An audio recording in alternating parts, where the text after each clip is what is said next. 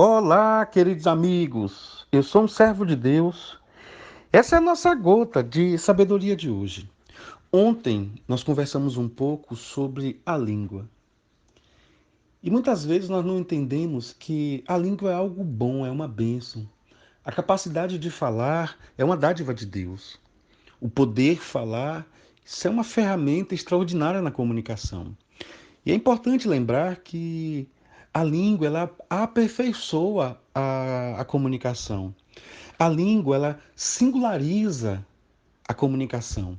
Através da língua, através da expressão verbal, eu posso encurtar distâncias, dar informações mais claras. Através da língua, da boca, da palavra falada, eu posso elogiar claramente, eu posso criticar com doçura, eu posso fazer coisas boas e coisas ruins por intermédio dessa ferramenta extraordinária chamada língua. É um órgão que Deus deu para nós. E a própria palavra, como eu disse ontem, nos orienta o cuidado, o zelo que nós devemos ter a usá-la. Mas a vida é feita de extremos. Eu diria que a vida ela é feita de extremos porque vivemos essa polarização nas mais diversas áreas. A gente percebe como as pessoas são extremistas, ou falam muito ou falam nada, ou amam muito ou odeiam demais. Então, esses extremos terminam tirando de nós a capacidade de reflexão e de busca por um entendimento, por uma reflexão, eu diria que mais equilibrada.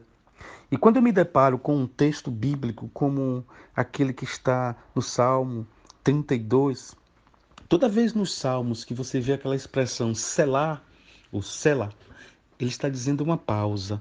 É como se fosse um silêncio para a reflexão. E observe o que é que diz o Salmo 32. Ele é um salmo que nos convida para uma profunda reflexão. Ele é um salmo que fala das bem-aventuranças. Esse é um salmo daquela pessoa que recebeu o perdão de Deus. É aquela pessoa que não aceita mais acusações psíquicas, emocionais, verbalizadas. Esse é o salmo daquela pessoa que sabe que tem uma relação com Deus e, por causa dessa relação com Deus, está preparado para recomeçar. E é um salmo atribuído a Davi, é um salmo davídico.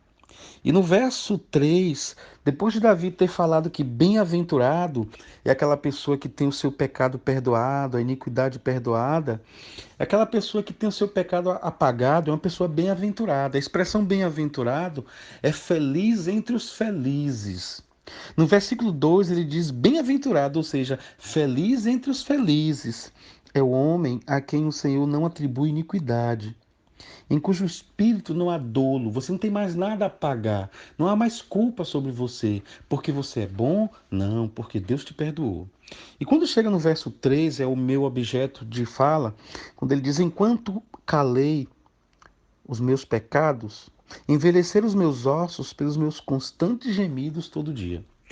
O perigo de termos muito e excessivo zelo com a língua, com a boca, é nos tornar uma pessoa muito silenciosa e começar a desenvolver uma cultura de não falar, de não verbalizar, de não expressar.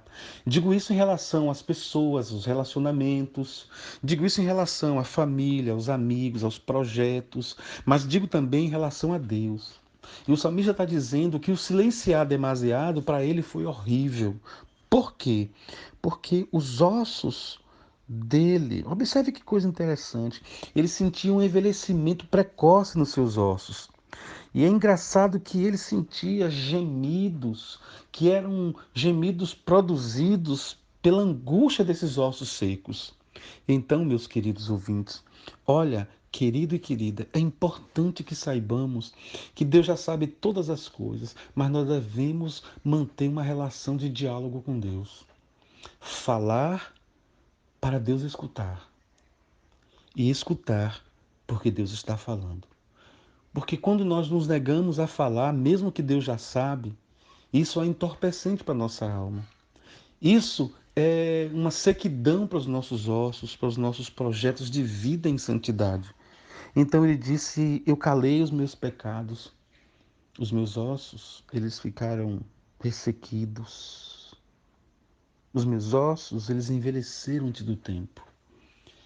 É muito importante que na peregrinação da nossa vida, é muito importante que na execução da nossa estrutura de fé, que aquela oração do Pai Nosso realmente seja um modelo para nós. Perdoa as nossas dívidas, assim como nós temos perdoado. Às vezes nós não temos coragem de pedir perdão a Deus porque não nos relacionamos com Ele. Então temos uma relação tão distante que nem perdoamos as pessoas, nem perdoamos a nós mesmos, nem temos coragem de solicitar de Deus o perdão. E quando Cristo ele morre na cruz do Calvário, a expressão tetelestai, está consumado, é para dizer, vocês já estão perdoados, já perdoei. Então, essa terapia, esse texto está falando de uma terapia com Deus, mas também está falando de confissão de pecados. E confessar os pecados, muitas vezes, além de receber o perdão, isso é terapêutico. Por quê?